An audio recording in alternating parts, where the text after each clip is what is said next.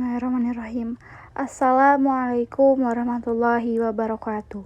Puji syukur marilah kita panjatkan kepada Allah Subhanahu wa taala atas nikmat iman, Islam serta nikmat sehat sehingga kita bisa mengerjakan tugas hari ini.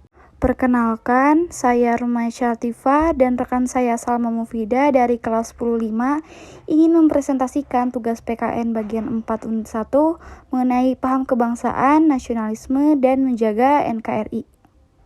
Saya mewakili kelompok 6 yang beranggotakan Rumai Syatifa nomor absen 26, Salma Mufidah nomor absen 27, Sinta Alivia nomor absen 28, Syaira An-Nabara 2 Islami nomor absen 30, dan Sofia Aribah nomor absen 29. Apa yang terjadi di sidang BPU PKI? Sebuah perbedaan pendapat. Dalam sidang BPU PKI terjadilah sebuah perbedaan pendapat dari dua kubu, yaitu kubu nasionalis dan kubu islamis. Karena itu, Soekarno memberikan penekanan bahwa apa yang disampaikan pada saat sidang atas dasar sebagai bagian dari bangsa, dan Soekarno pun menggarisbawahi dua hal. Pertama, tentang identitas dirinya yang juga merupakan penganut agama Islam, dan yang kedua, meletakkan paham kebangsaan sebagai dasar tegak berdirinya sebuah negara. Maka dari itu, Soekarno pun mengajukan pertanyaan, apakah yang dinamakan bangsa? Apakah syarat suatu bangsa?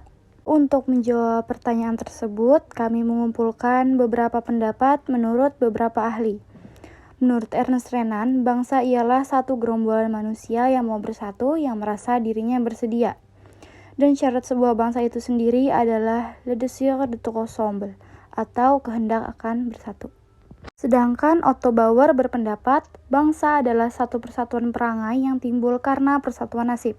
Akan tetapi, Soekarno tidak setuju akan pendapat Ernest Renan dan Otto Bauer, sebab tatkala itu belum timbul satu wetenschap baru, satu ilmu baru yang dinamakan geopolitik. Apa itu geopolitik? Geopolitik adalah merujuk pada hubungan antara politik dengan teritori dalam skala lokal, nasional, dan internasional.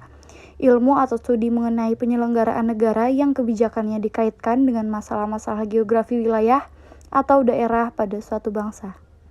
Menurut I.R. Soekarno, konsep kebangsaan berdasarkan persatuan antara orang dan tempat, lalu melahirkan apa yang biasa kita sebut dengan tanah air, dan suatu bangsa atau kebangsaan itu tidak berdasarkan satu daerah tertentu.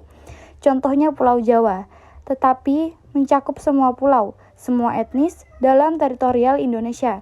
Ini menjadi landasan pentingnya persatuan Indonesia, mencintai dan turut menjaga keutuhan negara Kesatuan Republik Indonesia.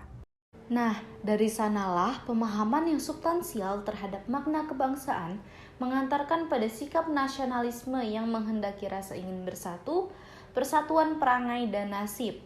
Dalam pemahaman yang lebih luas, nasionalisme adalah suatu sikap politik dari masyarakat dan bangsa yang mempunyai kesamaan kebudayaan, wilayah, serta kesamaan cita-cita dan tujuan. Nah, tadi kan sudah nih pemahaman yang substansial terhadap makna kebangsaan maupun pemahaman yang lebih luas terhadap nasionalisme. Jadi di sini aku bakal ngemaparin tentang pengertian, tujuan, ciri-ciri, bentuk-bentuk maupun contoh perilaku nasionalisme itu sendiri. Yang pertama nih, nasionalisme itu sama aja dengan nation. Nation itu ialah bangsa. Arti dari asal katanya, nasionalisme itu adalah sesuatu yang berkaitan dengan bangsa. Kalau dilihat nih dari pengertiannya, nasionalisme menurut KBBI ialah maka orang yang memiliki rasa nasionalisme yang tinggi adalah orang yang mencintai negaranya. Sedangkan menurut paham Pancasila dan Undang-Undang Dasar Negara kita, nasionalisme adalah sikap cinta tanah air dan menjaga bangsa dengan tetap menjaga perdamaian yang ada di dunia. Lalu yang kedua ada tujuannya. Yang pertama itu adalah menumbuhkan dan meningkatkan rasa cinta terhadap tanah air dan bangsa. Yang kedua, membangun hubungan yang rukun dan harmonis terhadap antar individu dan masyarakat. Yang ketiga itu membangun dan mempererat tali persaudaraan antar sesama anggota masyarakat. Yang keempat, berupaya untuk menghilangkan ekstremisme atau tuntutan berlebih dari warga negara terhadap pemerintah.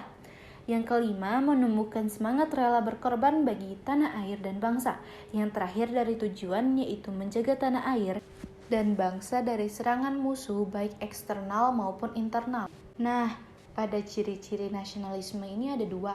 Yang pertama, ciri menurut sila ketiga Pancasila dan ciri umumnya. Yang pertama, menurut sila ketiga Pancasila. Yang pertama ada rasa cinta tanah air dan bangsa Indonesia. Yang kedua, rela berkorban demi kepentingan bangsa dan negara. Yang ketiga, bangga memiliki tanah air dan bangsa Indonesia. Yang keempat, memposisikan kepentingan bangsa dan negara di atas kepentingan pribadi maupun golongan. Yang kedua, ciri-ciri umum. Yang pertama adanya persatuan dan kesatuan negara. Yang kedua, adanya organisasi modern sifatnya nasional. Yang ketiga, perjuangan yang dilakukan sifatnya nasional. Yang keempat, untuk kemerdekaan dan mendirikan suatu negara yang merdeka di mana kekuasaan tertingginya itu berada di tangan rakyatnya. Yang kelima, lebih mengutamakan pikiran sehingga pendidikan lebih memiliki peranan penting dalam mencerdaskan kehidupan bangsa. Lalu ada bentuk-bentuk nasionalisme. Bentuk nasionalisme ini ada 6. Yang pertama, nasionalisme kewarganegaraan, yaitu berupa bentuk nasionalisme di mana negara memiliki keberadaan politik dan keikutsertaan rakyatnya, kehendak rakyat maupun perwakilan politik. Yang kedua, nasionalisme etnis, berupa semangat kebangsaan di mana negara memiliki kebenaran politik dari budaya asal atau etnis suatu masyarakat. Yang ketiga, nasionalisme romantik, organisasi maupun identitas. Bentuk nasionalisme ini ialah negara memiliki kebenaran politis secara organik, yakni berupa hasil dari suatu bangsa atau ras menurut semangat romantisme. Yang keempat ada nasionalisme budaya. Bentuk nasionalisme budaya ini ialah negara memiliki kebenaran politik yang berasal dari budaya bersama dan bukan dari sifat keturunan, yaitu ras, warna kulit, dan lain-lain. Yang kelima ada nasionalisme kenegaraan, di mana masyarakat memiliki perasaan nasionalistis yang kuat dan diberi keutamaan mengatasi hak universal dan kebebasan juga sering berhubungan dengan nasionalisme etnis. Yang terakhir dari bentuk-bentuk nasionalisme ialah nasionalisme agama, yang dimana negara memiliki legitimasi politik dari adanya persamaan agama. Maka dari itu kita masuk kepada materi yang terakhir. Contoh perilaku yang mencerminkan rasa nasionalisme, yaitu pertama mematuhi aturan yang berlaku, yang kedua melestarikan budaya bangsa, yang ketiga mematuhi hukum negara, yang keempat menciptakan dan mencintai produk dalam negeri, yang terakhir bersedia melakukan aksi nyata, yaitu membela, mempertahankan, dan memajukan negara. Sekian pemaparan dari kami, yaitu kelompok 6, kata-kata terakhir. Jikalau kami ada salah perkataan, mohon maaf, karena kesempurnaan hanya milik Allah Subhanahu wa Ta'ala. Terima kasih. Wassalamualaikum warahmatullahi wabarakatuh.